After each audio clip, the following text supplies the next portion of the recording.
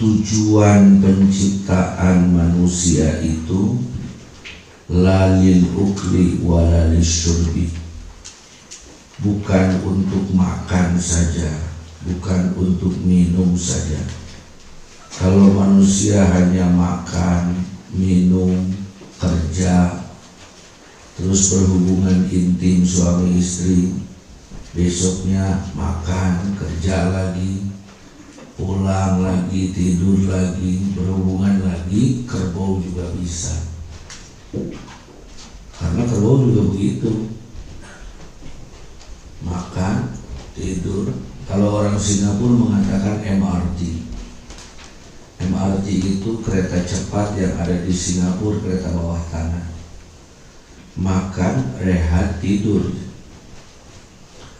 Ternyata dari sana ada lebihnya. Saya juga disebut PhD, PhD. Ternyata PhD-nya itu bukan filosofi doktor, tapi perut alam depan.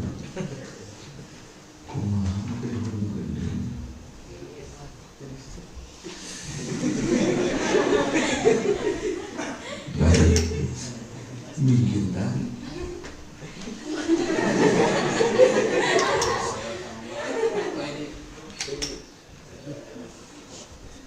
Maka berawal dari tujuan manusia diciptakan itu, Allah berfirman di dalam Al-Quran, surat apa itu? Wa ma khalaqtul jinna, a'udzu billahi minasyaitonir rajim. Bismillahirrahmanirrahim. Wa ma khalaqtul jinna wal insa illa liya'budun. Surat Al-Dzariyat ayat 56. Dan tidak semata-mata Aku ciptakan jin dan manusia kecuali untuk beribadah. Di sini kalau menurut santri ada adawat istisna illa tumiba sabana nabi. Al istisna ba'dan nabi yufidul qasr. Istisna setelah nafi itu memaedahkan pada memberi faidah qasr. Maka peta qasrna khalqul jinni wal insi maksurun wa maksusun bil ibadah bihaitsu la yata'adda ila ghairihi. Khalqul jinni wal insi, penciptaan jin dan manusia itu. Ada yang bertanya juga, kenapa jin didahulukan? Memang lebih dahulu jin daripada manusia. Sebelum ada manusia di bumi ini, sebelum diciptakan kakek kita Nabi Adam, yang pertama diciptakan itu jin. Baik. Wal insi dan manusia itu dikhususkan hanya untuk beribadah. Nah, terus datang lagi tafsir dari sekarang masih pakai ilmu nahwi. Di sini ada palu.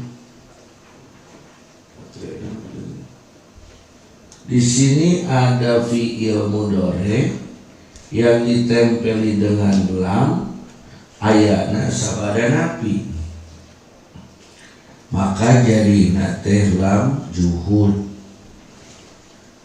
Ae likae ya'buduni. Sebab jadi tubiawa sabada kae. Berarti fi'il mudhari ieu teh keur tingkah nasab. Mun fi'il mudhari keur tingkah nasab, maka ciri nasabna teh ngabuang naon? Nun. Kan gitu benar. Tapi ieu nuna di ayakeun. Keur ngawadahan naon ieu nun? Nun ieu teh keur ngawadahan iya mutakalim wahdah.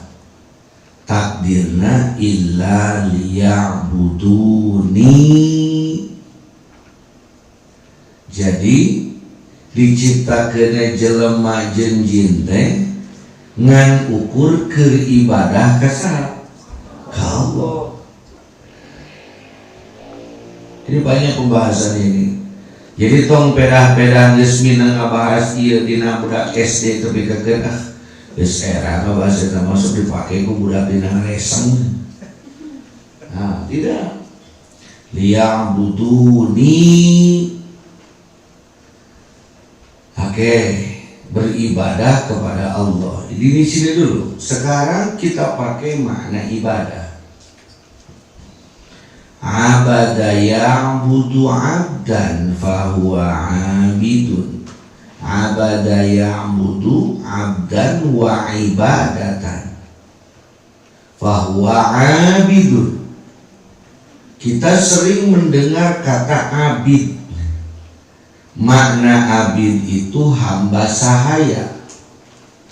Abid itu siapa? Man la yamliku nafsah. Orang yang tidak memiliki dirinya sendiri. Nanti akan ada pemahaman yang jauh dari mana yang jauh ya nanti. Orang yang tidak memiliki dirinya sendiri, atau lebih dikenal dengan kata hamba sahaya. Hamba sahaya itu adalah orang yang tidak memiliki harga dirinya. Dia tidak memiliki kemerdekaan dirinya. Milik siapa? Milik sayyidnya, maliknya, sayyidnya. Jadi seorang hamba itu zaman dahulu sebelum adanya perjanjian Renville pada tahun 1946 bahwa ada hamba saya. Dari zaman kapan hamba saya itu? Dari 3000 tahun sebelum Masehi. Itu sudah ada hamba saya. Jangan berpikir ari hamba teh, ari abid teh hideung orang Afrika, hideung hawu, tidak. Tapi kakek pas ningali, aduh, bawa mana teh abid teh. Ini hideung dia. Tidak. Ada loh hamba sahaya yang ganteng, hebat. Siapakah hamba saya yang paling ganteng? Nabiullah Yusuf alaihi salam. Pada saat dia diangkat dari sumurnya itu, status beliau menjadi hamba saya. Nah, abid itu orang yang tidak memiliki dirinya. Jadi dia tidak memiliki kemerdekaan dirinya. Maka saat dia bekerja, itu tidak boleh digaji. Da abid, ai abid mah kumaha sana? Sayyidna. Ari kumaha sayyidna teh ya gitu. Cek sayyidna nongeng we. Entah mawar. Bahkan abdun abid itu hamba saya yang kabur itu hukumnya dosa. Di antara dosa besar itu adalah abdun abid, hamba yang kabur dari sayyidnya. Dia harus patuh, turut, tumut kepada sayyidnya. Dia tidak boleh meminta imbalan atas apa yang dia lakukan kepada sayyidnya. Itulah abid. Dan itulah ibadah. Kapan ibadahnya masdar? Isi masdarnya abada ya'budu 'abdan wa ibadatan fahuwa abid. Jadi seseorang beribadah itu sebenarnya tidak boleh meminta imbalan. Seorang abid, orang yang beribadah itu tidak boleh minta imbalan. Mana haknya dia minta imbalan? Enggak boleh. Abid. Fakaifa ya'budu. Kata Syekh Abdul Qadir Al-Jailani, bagaimana seseorang itu akan menghambakan diri kepada sayyidnya? Laulam ta'rifu, kalau dia tidak mengenal dulu sayyidnya. Maka disampaikan oleh para ulama, awwaluddini ma'rifatullah. Awal orang belajar agama itu adalah mengetahui dulu sayyidnya. Seorang hamba bisa dia melaksanakan apa perintahnya kalau dia sudah mengenal sayyidnya. Pokok pegawaiannya kayak ibu jeung sayyid nama. Mun digaji teh mau pokok dengan gaji nama ya. Tapi kan seorang hamba itu tidak boleh minta apa? Gaji. Jadi lamun orang ayeuna salat duha itu tuh minta rezeki dah, ibadah. Kayak wah rek kuli ka Allah. Mana kuli. Kuli naon? Kuli duha. Entong hayang disebut ibadah. Paham gak? Aya pemahaman gak salah diri? Dari pemahaman itu saja sudah keliru kalau kita minta imbalan kepada Allah dari ibadah yang kita lakukan. Tapi kalau jangan terlalu dalam di situ ya, kita berdalami bahwa menurut para ulama sufi bahwa orang bisa melaksanakan penghambaan itu kalau tahu siapa sayyidnya. Kalau dia mengenal siapa sayyidnya. Jadi bagaimana orang itu akan beribadah kalau dia tidak mengenalnya? Ada tahu namanya alimah, ada mengenal namanya arifah. Ada tahu namanya alimah, ada mengenal namanya arifah. Ibu bapak tahu tidak wakil presiden kita siapa? Kiai Haji Ma'ruf. Kamu tahu? Kenal kan? Jadi beda kan? Antara tahu jeung kenal beda kan? Nyaho pangeran urang saha? Allah. Oh. Jadi bagaimana kita akan menghambakan diri seorang hamba kalau dia tidak mengenal siapa sayyidnya, kalau dia tidak mengenal siapa yang memiliki dia? Maka yang harus dipelajari pertama bagi seseorang yang belajar Islam adalah mengenal Allah, bukan mengetahui Allah. Tidak ada mengenal tanpa mengetahui, tapi tidak semua mengetahui itu mengenal. Jadi man alifa fahuwa alima wa man alima fahuwa lam ya'rif. Siapa orang yang ma'rifat kepada Allah, dia pasti tahu Allahnya.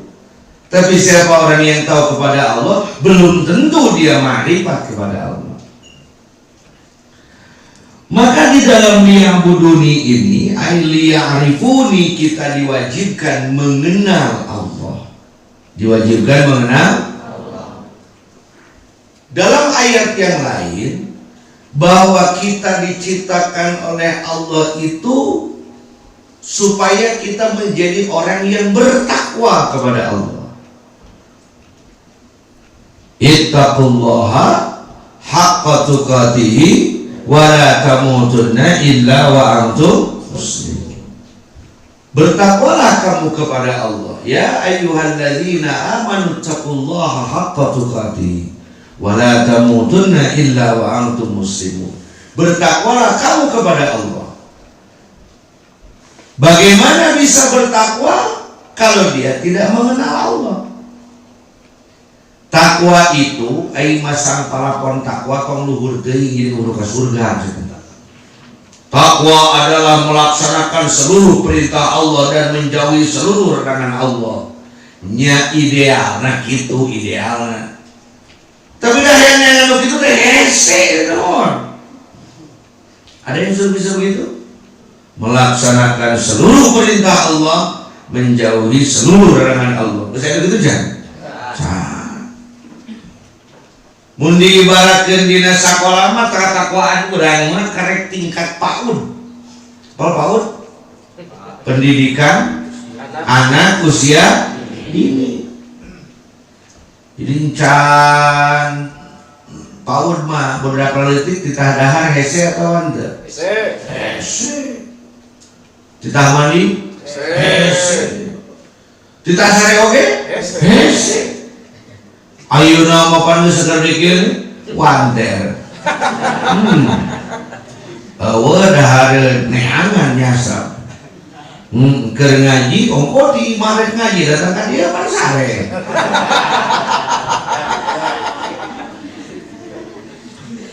Jadi lamun geus kelasna kos kieu S1 S2 mah geus teu kudu dititah deui. Ayeuna urang taekeun kana takwa parentah Allah. Masih adakah masjid yang kosong saat sholat subuh? Banyak. Berarti bangsa urang teh kana ibadah teh babari atau hese? Kelas naon berarti? Saat teh urang kelas paut teh. Oh batur kan ya, batur sok cek urang. Ayo kali wae. Da urang oge cek batur mana? Batur oge cek manehna mana? Urang cara urang cek urang mana? Urang gitu lah. Jadi saudara wakil. Nah, maka takwa kelas paut kos urang manaon ya? Maksakeun migawe parentah Allah ngajamung ilmu polisi dipaksa terpaksa terbiasa dipaksa terpaksa terbiasa dipaksa udah dipaksa dulu ada nama geus dipaksa itu turun jadi kapaksa geus kapaksa itu jadi kumaha cara naon cara pakai helm. Tahun 80 itu naik motor itu nggak perlu pakai helm. Tungtung dapat, prit dibuka. Naon pak? Helm dong. Helm naon? Pada bayi mau rusak Allah, pan kudu usaha cegek. Sekilah kamu nggak dibuka seraya. Cuma sok ditilang kok itu pakai helm. Akhirnya balik dari ke imam. Mulai naon? Liwat deh, prit, ye, naon deh, Pak? Pantas pakai helm, SIM. Tadi betul ngomong SIM mana?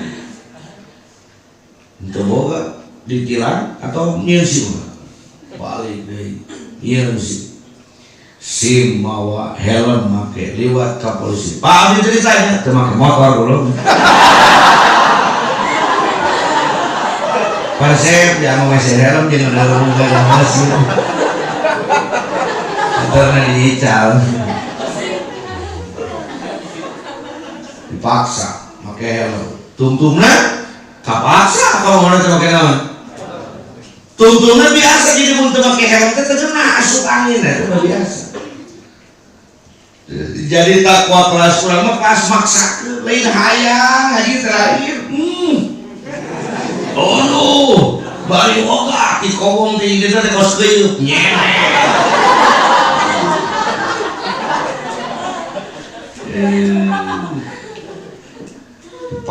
kapaksa lain tebeki kenapa masih ada ini ngeliping-ping itu Allah Gusti kita kuat gitu bombro napos tapi kapaksa kelas maksa ke. Maka kuncinya kalau kita sudah tahu tujuan kita menjadi manusia itu untuk beribadah kepada Allah, dalam tanda kutip bahasa lainnya untuk ma'rifat kepada Allah. Perjalanan yang harus kita lakukan adalah perjalanan takwa. Maka strategi apa saja, level mana saja yang harus kita siapkan untuk melakukan perjalanan takwa supaya sampai kepada mengenal Allah dan berujung kepada sampai kepada Allah. Itu kira-kira apa? Maka datanglah Al-Hikam menjawab dari tantangan itu. Jadi tujuan orang teh ngarang makrifat ka Gusti Allah, mengenal Allah, mengenal Allah. Carita na di hiji lemur aya hiji istri geus kawanti-wanti eta kabina-bina panggerisna sa-alam dunia namina neng kokom alaikum nu teuna sagede baskom. Di sisi lain di lembur sejen aya hiji Arjuna mencari cinta. Arjuna sahawe itu ngaranna. Ieu Mang Arjuna terek neangan nu disebutkeun mawar bodas. Nu disebut neng kokom alaikum teu kudu dituluykeun deui nu penting puguh sagede baskom. Tulu urang teh dibere ringrang ti magrib 3 jam 12 nang ringrang. Baik, dulur-dulur sadayana Bapak yang saya hormati, akhirnya mulailah Arjuna ini itu mengujar